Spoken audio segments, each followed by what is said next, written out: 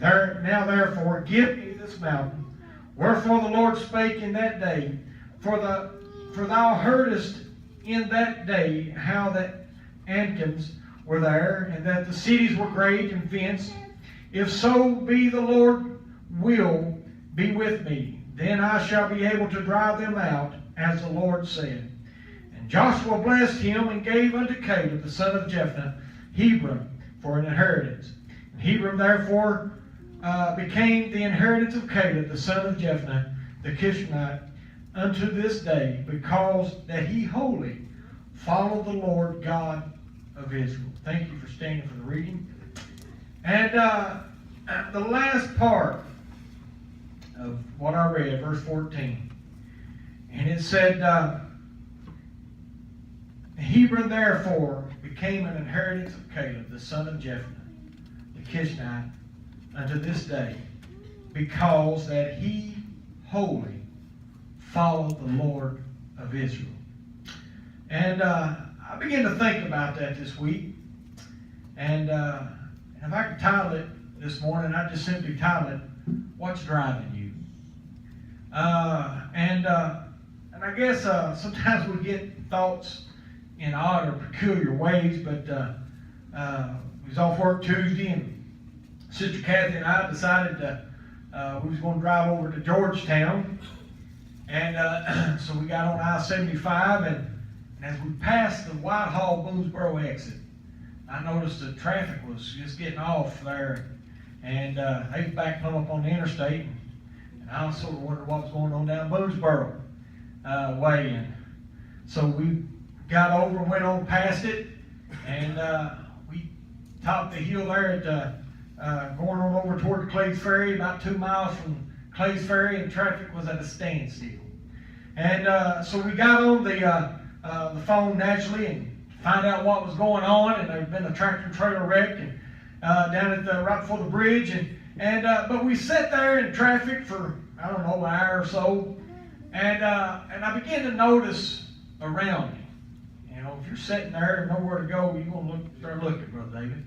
And I began to notice some of the people that would roll up past a little bit, and sometimes you wonder, you know, should that even be driving? You know, from the looks of them, and then I began to think, well, I'm out here on the road with them, and then you know, and all these things going on, and I begin to think about whenever you get into an automobile.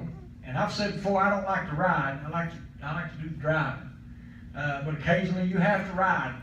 And when you get into that automobile, you have committed your life into the hands of the person behind that wheel.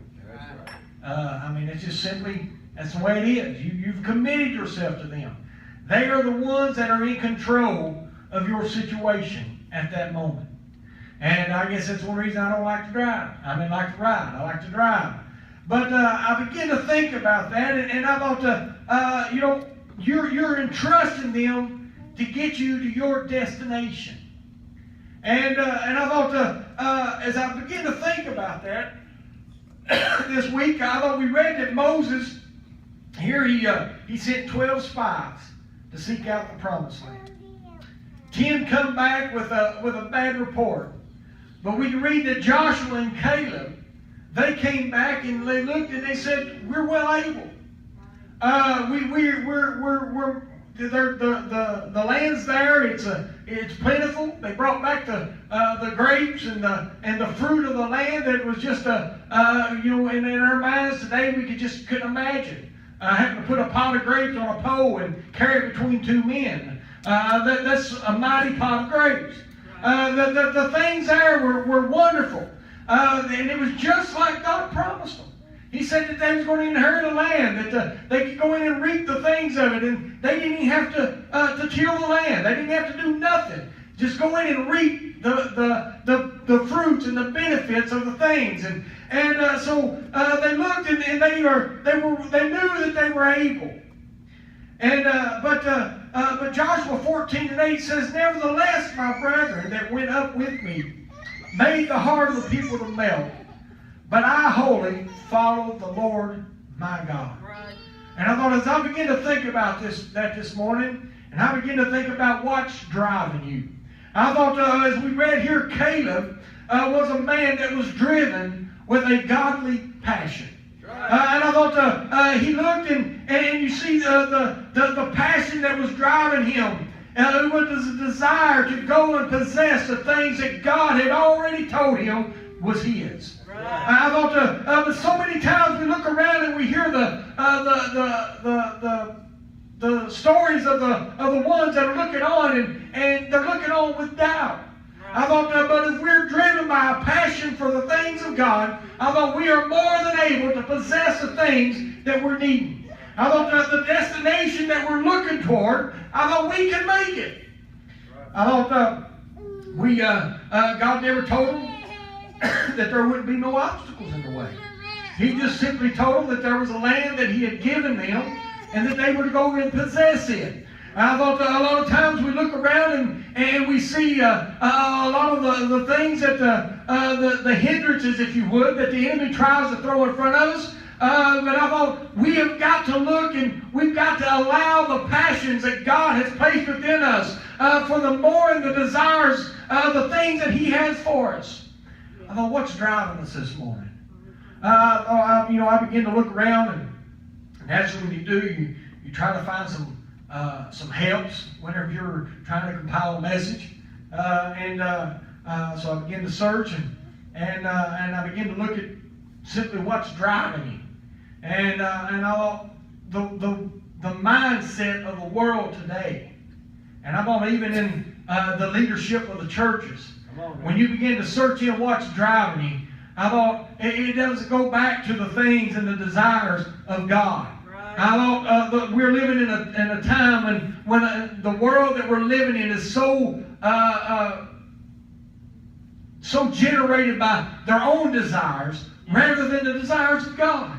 And we've got to realize that it's not what we're needing in our life. It's not what we should be desiring in our life, but what God is desiring for us. Right.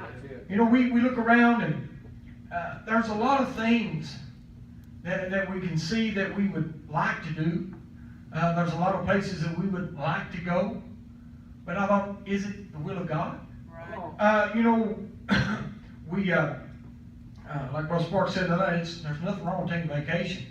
I enjoy getting away myself sometimes. It's been a while since we just took off and been gone for a whole week or so. But yet a lot of times we are looking toward those things. You know, we go to work and just a couple weeks ago I took a week off from work. And when I got back to work, one of the guys that runs one of my main positions there, he took a vacation the week I came back, so I had to fall in. I had one off the week before. I took vacation, then another one of my group leaders took off the week after I came back, so I had a rough week, a week off, come back to another rough week, and so I got all that handled, and by Friday I looked at some of them, I said, I don't know about you, but I'm ready for another vacation. I'm ready for some time away again. Because of the pressures that we go through. And a lot of times we look at those and we have pressure coming here and pressure coming there, and we begin to seek for a refuge, if you would. We think we got to have some time off. We got to get away from things. But what we're needing is we got to look at what's driving us. Is it a time and pleasure and leisure and to get away? Or is it more of the things that God would have for us to do? Right. You know, we live in a world when, where people are desiring more of the things President Trump, whether you agree with him, whether you don't, he's coming in and going to make America great again and looking at the prosperity of things, and whenever people came to America, they came so that they could fulfill their dreams and have great wealth and all those things, and that's fine. But I thought that's the passion that's driving man today. I thought, but we need to be driven by the desires and the things that God would have for us to do. Instead of looking to the things of the world. I thought no matter what we do, it's just temporal. There we work, my boss, and he owns 50% of the company, and we have one man that owns the other 50% lives in Evansville, Indiana, and he's 84-year-old. And so, you know, and then we got Ray, and he's just, I think 64, if I'm not mistaken, and laying down there in the Markey Cancer Center right now, dying with cancer. And you know, and we look around and all those things that he's acquired, and then Ben, the other owner, he inherited the place from his dad. His dad's the one that started Uncle Charlie's, and so he's got all those things and all that wealth, we was in a meeting the other day, and he told me, he said, my son Bert told me I need to get this place sold, get out from under it. He don't want it. And he told me I was dying, so I need to get in a hurry and get things taken care of. And I thought he's had all of this, but now he's coming up. He's an old man. He realizes he don't have a lot of life left. And what is it benefiting him? Now he's got something that's really more of a trouble to him than really what it's worth, because he doesn't need it. His children, they've got all their things. They don't want it.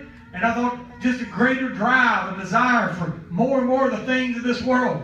And I thought, but if we had just desired more of the things of God, how much greater would we be? But I thought, one of the things that if we're not careful, that we would allow to drive us, we can be driven by the wind. Now, Jesus, we can read in Matthew 14 and verse 22. It says, and straightway Jesus constrained his disciples to get into a ship and to go before him unto the other side, while he sent the multitude away. And verse 24 says, but the ship was now in the midst of the sea, tossed with the waves, for the wind was contrary. And in the fourth watch of the night, Jesus went unto them, walking on the sea. You see, the story here is that Jesus told them to go to the other side. He constrained them, get in a boat and go. But they've got out there now, and the winds are contrary. And it's blowing the ship directions that they didn't want to go. They can't control the things. Circumstances, if you would, have gotten out of their control. And I thought a lot of times, if we're not careful, we can allow the circumstances of life to begin to blow us. We think we've got everything under control, but the problem is, it's blowing more fierce than we're able. I read a story. It was told that the currents and wind was blowing a huge sailing ship straight through the course line where the cannibalistic tribes were known to live. It said the captain of the vessel sounded the alarm that the ship was caught in the currents of the water, and the situation seemed hopeless. One of the crew members spoke to the captain. Sir, we have a famous praying missionary and a man of God on board. The man ran below deck and found the preacher reading his Bible. He summoned the preacher to the captain's quarters, and the captain explained the ship was drifting toward the dangerous shores of the cannibalistic tribe, and they would all die. The captain asked the preacher to pray for favor of the winds to take the ship away from the danger that it faced. The preacher looked the captain in the eye and said, why should I pray until you set the sail? The sail prepared, make ready, and the Lord shall send the wind. The captain alerted the men, the sails were set, and the preacher prayed, and the winds came and blew the vessel to safety. I thought, how many times have we prayed for the direction of God, but we failed to set our sails? I thought, we're wanting God to help us. We're wanting God to give us favor. Lord, you shine on me right now. But we're not setting our sails. I thought, if we've got enough faith in God that He's going to help us in our situation, should we not set our sail that He can push us and drive us in the direction that He would have us to go? I thought, instead of driving the things that we're desiring, the things that we think we're needing, but I thought, what is God wanting out of our life? Right. So many times I've looked and I've seen the things that I desire. And we'll work twice as hard to get things that we want. I thought I've got a building back there behind the house, and Bill Sparks gave me the framework of it, and we brought it down there and we put it up. I had a bunch of goats at that time, and we put it up for a barn for them, but really it's turned into a giant toy box, Brother David. I walked in there the other day, opened the door, and I can't even get in the thing. 22 by 40 building, just full of stuff that we wanted, stuff that we desired, stuff that we worked hard for. Not all of it's mine, some of it belongs to David. But as I looked at all that stuff, and I thought, God has blessed us greatly. But I thought so many times we get so passionate about the things that we're wanting that we're allowing those things to drive us rather than setting ourselves and saying, Lord, you're the wind that's blowing this vessel. Lord, you guide it, you direct it, you put me where you want me this morning. Right. I thought, what's driving us today? Are we allowing the Lord to be that driving force in our sail? I thought, I've never been on a sailboat. And been down the ocean, and you'll see them out there with those little boats with a sail on them. We was out here at Lake River one day, and a guy came in, he put a boat in the water, and he hoisted his sail, and we was talking to him. He said, I just bought this thing. I've never done this before. And I thought, well, how hard could that be? You raise the sail, you get it in the wind. But it didn't take me long as I stood there and watched him. It didn't take one mistake. The wind getting that sail, you was upside down. That's right. You had to learn to navigate that thing. You had to learn to put the sail so that the wind would push it in the direction that it needed to go. And I thought the problem is a lot of times we think that we've got everything under control. We've hoisted the sail. Now I'm going to make this thing go where I want it to go.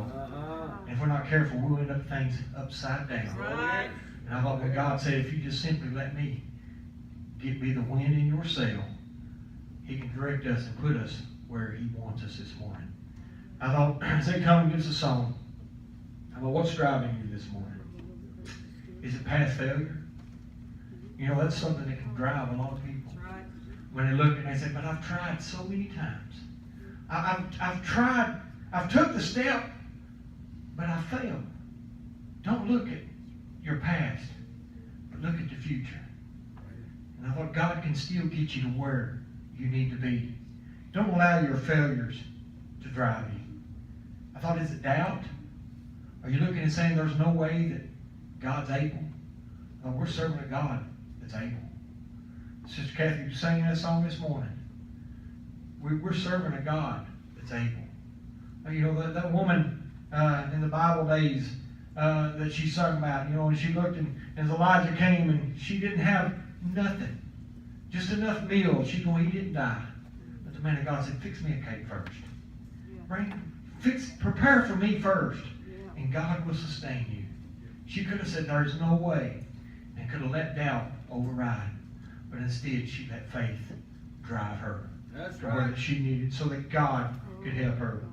I thought whenever the story that we just read in the book of Matthew, verse 31, it says, talking about Peter, whenever he saw Jesus coming up on the water, he said, Lord, if it be you, bid me come unto you.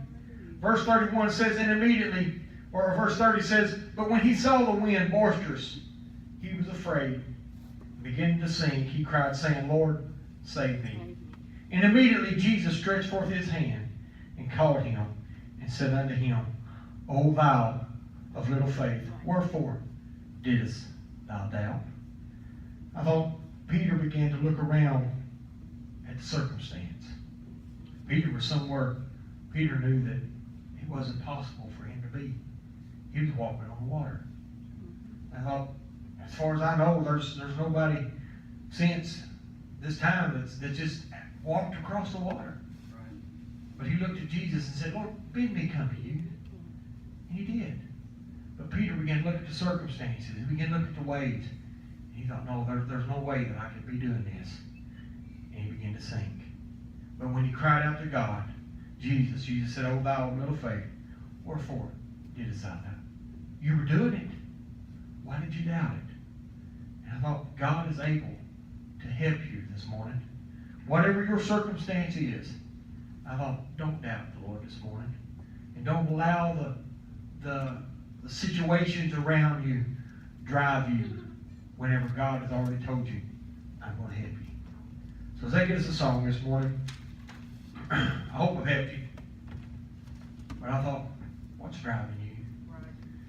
Is it going to drive you into a wreck? Is it going to drive you into a direction that you don't want to go? Or is it taking you exactly where you know you need to be? There's a lot of things in life that we might say, hey, I think this is going to get me there. But it's not the will of God. I look around and as far as where I work, I don't know the future of it. I was talking to the office manager the other day. He said, are you concerned? And I said, well, I could be. But I look back at when I started and all those times that I thought I would leave. And it seemed like God had placed me there for a reason. And God's made the provision up to now. I'm just trusting in the Lord. Oh, yeah. No matter what the circumstances bring, I'm not going to get upset. I'm not going to get anxious. I'm just going to trust in the Lord because I know that He's the wind that's driving me. As they get us a song this morning, let's come to His altar and pray.